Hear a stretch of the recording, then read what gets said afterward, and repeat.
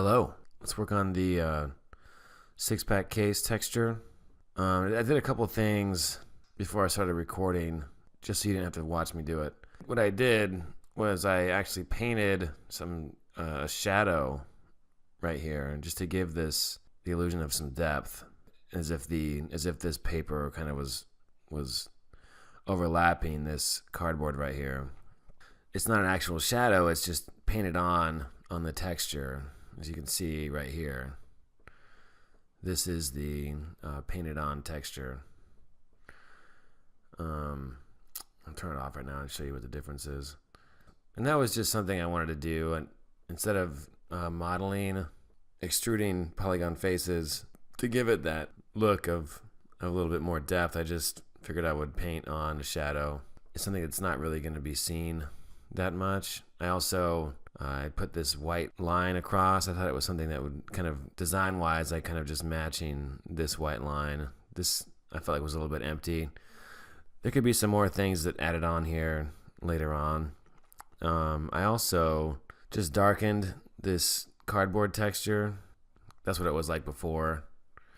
And I just added an adjustment layer, a brightness contrast adjustment layer onto it.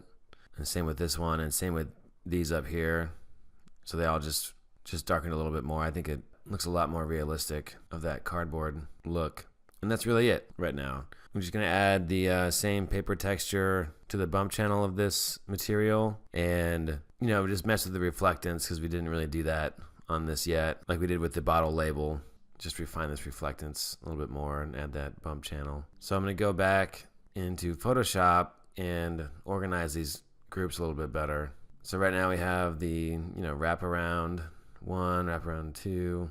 These are the cardboard walls and the handles. And that all goes in the color channel. So I'm going to put another group folder up like we did for the bottle label, and put all of these in there.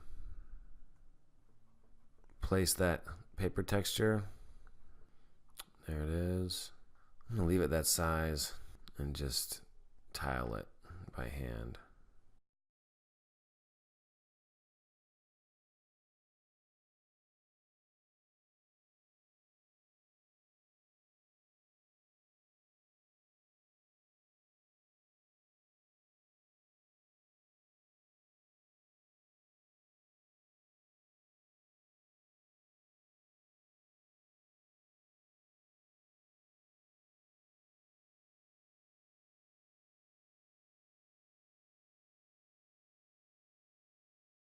Cool. And I'm just going to go in with the erase tool. I'm just going to go in. It's easier to do this, turn on auto select layer, and then if you do show transform controls, you'll be able to see exactly which layer you have selected to do the blending. So now these color differences don't matter too much, because it's just taking the black and white values of this paper texture. Just want to make sure these hard edges are just a little bit softened.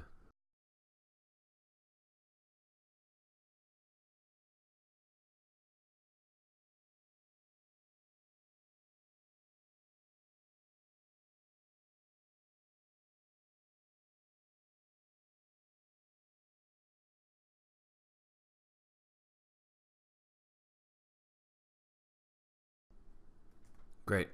That's it. So I blended all the layers. There's not too many hard edges to really give it away. It doesn't need to be super perfect, just because it's a bump channel. It's more about the black and white gradations in it. Turn off the UV mesh layer.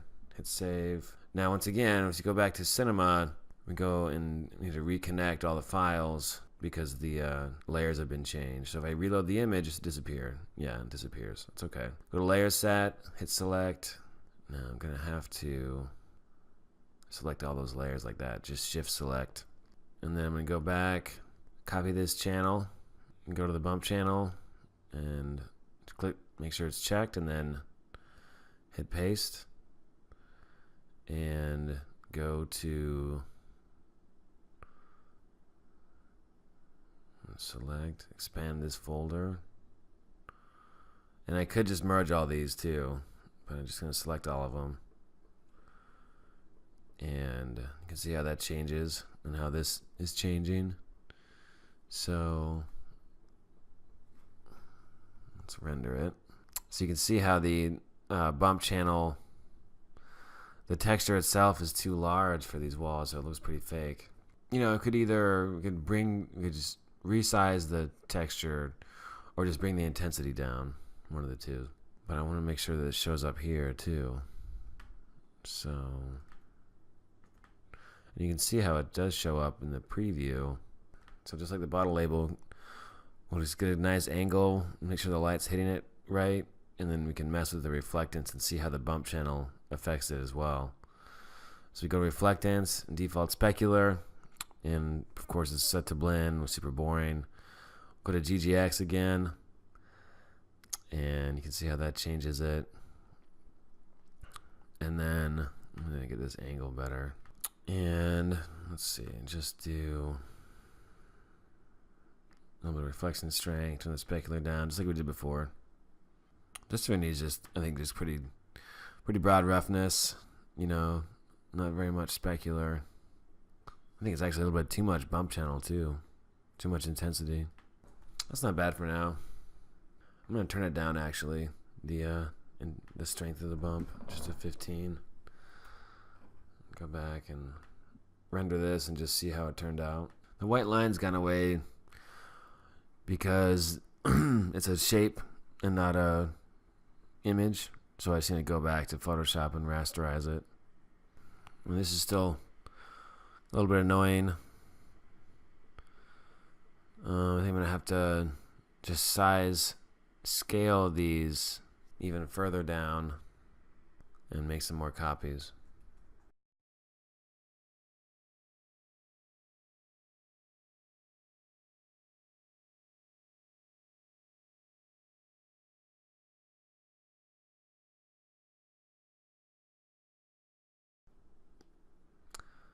I can reload the image. Make sure they're all selected again. Just make sure to select everything. I'm going to just see this part for the render. I can see it's already started. Looks pretty good. And there it is. It's definitely more subtle and smaller. That part's done. And in the next one, we're going to finally start setting up the scene to get a really nice render. Okay, see you then.